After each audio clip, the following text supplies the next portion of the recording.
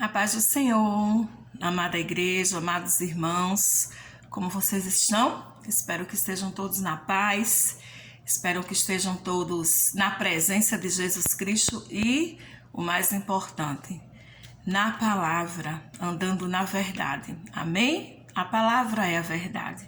Assim disse o nosso Senhor Jesus Cristo. Já faz um tempinho, né, irmãos, que eu não venho gravar vídeo. Mas é como eu sempre digo a vocês, eu não prego aqui as minhas revelações, eu não prego aqui, não sou eu que administro o meu ministério, mas é o Senhor. Quando Ele me dá, quando Ele me inquieta, eu venho aqui, né? Que é para passar para vocês e para mim a lavagem da palavra, amém?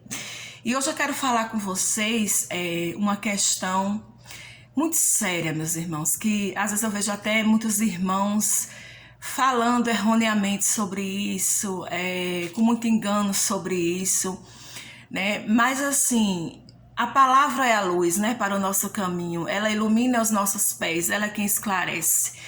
Se a palavra não nos revelar, se Deus não abrir os nossos olhos no mundo espiritual, nós somos cegos. E eu quero falar com você sobre o pecado. É incrível, né? Uma ministra da graça falar sobre o pecado, mas ele é real, ele existe e ele está aí, né? Destruindo vidas.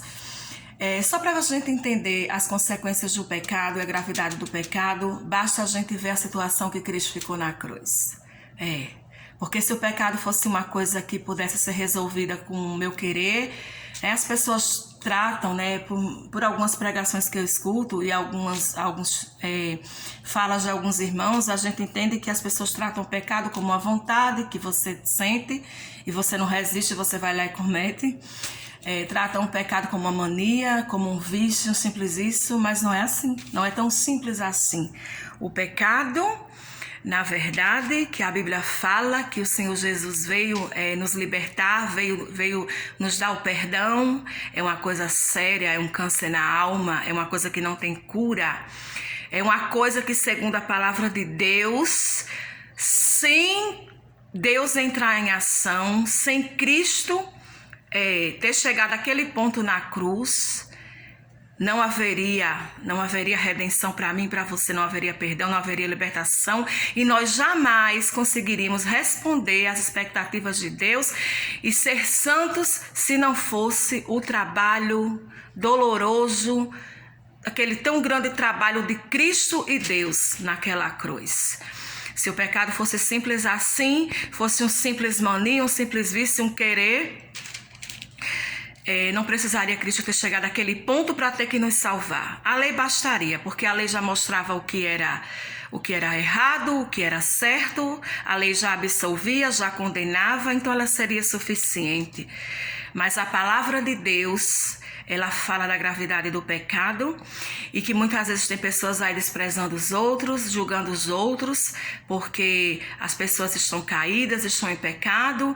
E eu já vi muito crente, né, muito cristão, seja cristão, seja crente, seja católico, seja o que for, falar assim: ah, mas eu recebi Cristo, ah, mas eu aceitei, ah, mas eu mudei, ah, mas eu fiz isso. Coitada, e ela acha que isso é mérito dela, que foi porque ela decidiu assim, e não é assim que a Bíblia fala. Nós estamos aqui pelas palavras do próprio Jesus, ó. Aqui em João 16, 12, o Senhor Jesus, ele esclarece um pouco sobre isso. Olha o que ele fala aqui, ó. Mas eu vos digo a verdade, convém que eu vá, porque se eu não for, o Consolador não virá para vós outros. Se porém eu for, eu vos enviarei. Aleluia. Quando ele vier, convencerá o mundo do pecado. Olha aqui quem convence. Do pecado, da justiça e do juízo. Do pecado porque não creem em mim. Você está vendo que crer em Jesus não é uma decisão do homem, não é simplesmente um querer? Aleluia. Da justiça, porque eu vou para o Pai e não me verei mais. E do juízo, porque o príncipe desse mundo já está julgado. Aqui o Senhor Jesus, ele vem desmentindo toda essa história, né? Essa história que, eu aceitei Jesus. Eu fiz isso. Eu quis. Foi porque eu decidi querer. Meus irmãos, você foi compelido. Eu e você fomos compelidos pelo Espírito Santo. Muitas vezes antes as pessoas pregavam o evangelho para nós. Quantas vezes eu fui convidada pela minha família para ir à igreja, para isso, para aquilo, para ouvir a palavra? Sim, a semente ficou. Mas só a partir do momento que o Espírito Santo me convenceu, eu pude reconhecer que sem Cristo, sem confessar a Cristo, sem recebê-lo como meu Salvador, sem receber a justiça de Deus através de Cristo, eu estaria condenada para sempre. Eu estaria separada de Deus e meu destino eterno seria um inferno. Porque a palavra diz que Deus preparou um inferno para Satanás e para os seus anjos. Não foi para o homem. O homem vai para lá porque ele decide ir. Eu estou falando dos diabos, dos filhos do diabo. Não estou falando dos filhos de Deus. Os filhos de Deus serão compelidos. Mas, irmã, e como tem pessoas que aceitam e outras não? É porque são predestinadas. Os filhos de Deus...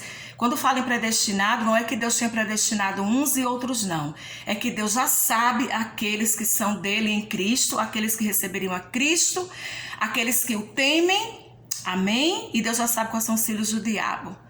Mas se fosse uma vontade do homem, se o pecado fosse simplesmente uma vontade, uma decisão que você toma de cometer ou não, não necessitaria de Cristo chegar naquela situação para nos remir e pagar pelos nossos pecados e ter o poder, porque está escrito, aquele que recebe a Cristo, é lhe dado o poder de ser feito um filho de Deus. E esse poder na palavra significa autoridade. A mesma autoridade que eu tinha na vida de Jesus. A gente recebe.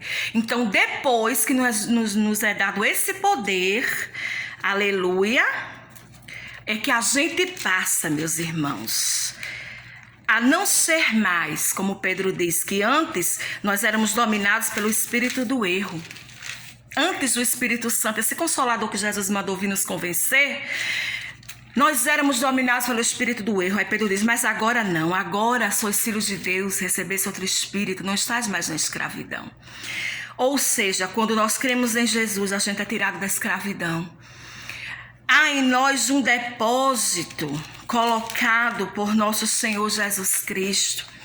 Porque eu repito, a salvação não é mérito do homem. O homem não tem participação alguma na salvação, a não ser recebê-la, a não ser convencido e atraído por Deus para Cristo Jesus.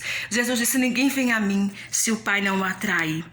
Aqui em Romanos ele fala mais uma vez, agora já nenhuma salvação há para que... Agora, pois, nenhuma condenação há para aqueles que estão em Cristo. Aleluia, porque a lei do Espírito da vida, aleluia, em Cristo Jesus livrou vocês da lei do pecado e da morte. Olha aí, porquanto o que era impossível à lei, no que estava enferma pela carne, isso fez Deus, enviando o seu próprio Filho. Olha o que eu falei, o pecado é um câncer, não tem cura, é um câncer na alma. A lei não foi possível, porque se a gente pudesse decidir fazer o certo e errado por a nossa própria vontade, sem ser compelido, convencido, e sem haver um poder de Deus em nós para isso, uma autoridade depositada no nosso espírito, nós continuaríamos nos nossos pecados, porque aqueles que estavam debaixo da lei continuavam pecando. E a lei, ela só sabe julgar se você erra ou acerta, mas ela não te ajuda. A graça não, a graça além de te salvar, de te atrair. Aleluia, porque a lei foi dada por Moisés, mas a graça veio por nosso Senhor Jesus Cristo. A graça, além de te atrair, além dela te perdoar, te salvar em Jesus, ela ainda vai te dar condições de viver como um santo, de andar naquilo que está pronto. Repito, a salvação está pronta. Deus é o autor e consumador da nossa salvação. Toda a honra e toda a glória é para Deus. As pessoas falam erroneamente quando dizem eu aceitei, eu fiz isso. Eu vejo pessoas às vezes dizendo às outras, você tem que aceitar, você tem que fazer isso, aceite Jesus, é o que eu aceitei. Elas colocam isso com um certo orgulho que é mérito delas, que foi elas que salvou ela mesma, mas não foi, minha gente. A salvação é poder de Deus. Paulo fala aqui, ó, em Filipenses 12, ele diz assim, ó: assim, pois, amados meus, como sempre obedecestes, não só na minha presença, porém muito mais agora na minha ausência. Aleluia. Desenvolvei a vossa salvação com temor e tremor, porque é Deus quem opera em vós, tanto o querer como o efetuar, segundo a sua boa vontade. Tá vendo? Até o querer. Até o efetuar, essa própria salvação. Porque tem gente que também fala assim: irmã, mas a gente foi salvo sim, Deus me salvou, mas aí eu tive que querer deixar isso, deixar aquilo. Conversa, meu irmão. Tudo que você deixa, tudo que você consegue tirar da sua vida, todo o pecado que você vence, tudo aquilo, todo o vício, se você mentia, não mente mais, tudo isso é depositado no seu espírito, é um poder de Deus, é lhe dado graça para isso. Você não é o herói da história, nem eu nem você. Nós somos aqueles que recebemos de Deus essa salvação como um presente no nosso espírito. Todo o trabalho foi de Deus. Se a história do pecado fosse simples assim, Jesus Cristo não precisaria chegar naquele extremo, naquela situação, estraçalhado numa cruz. A lei já seria suficiente, porque o que é certo e o que é errado já existia. Mesmo antes de Cristo vir, a lei já existia, ela já condenava o pecado. Mas ela não ajudou o homem. Foi necessário Deus entrar em ação. A salvação foi um plano elaborado por Deus e consumado por nosso Senhor Jesus Cristo. E eu e você recebemos, porque a salvação não é mérito nosso, mas é dom de Deus, é pela graça. Amém? Que você seja humilde, que você seja grato. E quanto mais você entender sobre a salvação, você vai andar nessa salvação, você vai fazer que nem Paulo aqui, você vai desenvolver, operar em a salvação. Ele não iria mandar a gente operar algo que já não estivesse em nós. Amém? Deus colocou o depósito em nós. Quando fomos limpos pelo sangue de Jesus, o Espírito Santo passou a habitar em nós e foi colocado tudo que Deus é em nosso espírito. Mas é necessário um treinamento, é necessário a graça entrar em ação. Se você deixar algo, se você para com algo errado, não é mérito seu, mas é mérito de Deus. É Ele quem convence você. Teve um rapaz que o Senhor Jesus teve que mostrar ele o quanto ele era enganado, porque ele achava que cumpria a lei. Só ele achava, Jesus já sabia que ele não cumpria há muito tempo. O jovem rico, ele chegou para Jesus e perguntou o que tinha que fazer. Jesus disse, eu vou mostrar a você como você é enganado a seu respeito. Jesus disse, cumpra os mandamentos. Ele disse, mas eu já faço isso eu já observo há muito tempo. Aí o Senhor Jesus disse, eu vou te mostrar agora quanto enganado você está.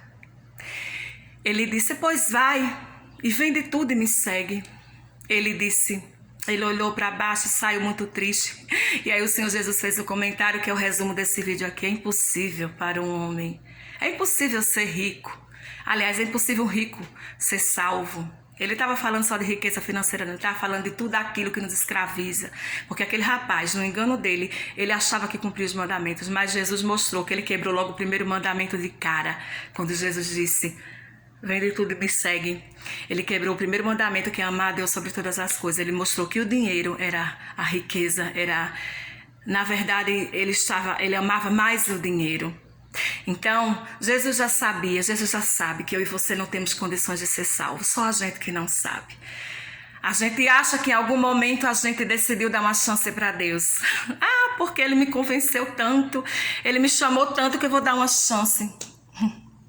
Miserável homem que sou, Paulo disse.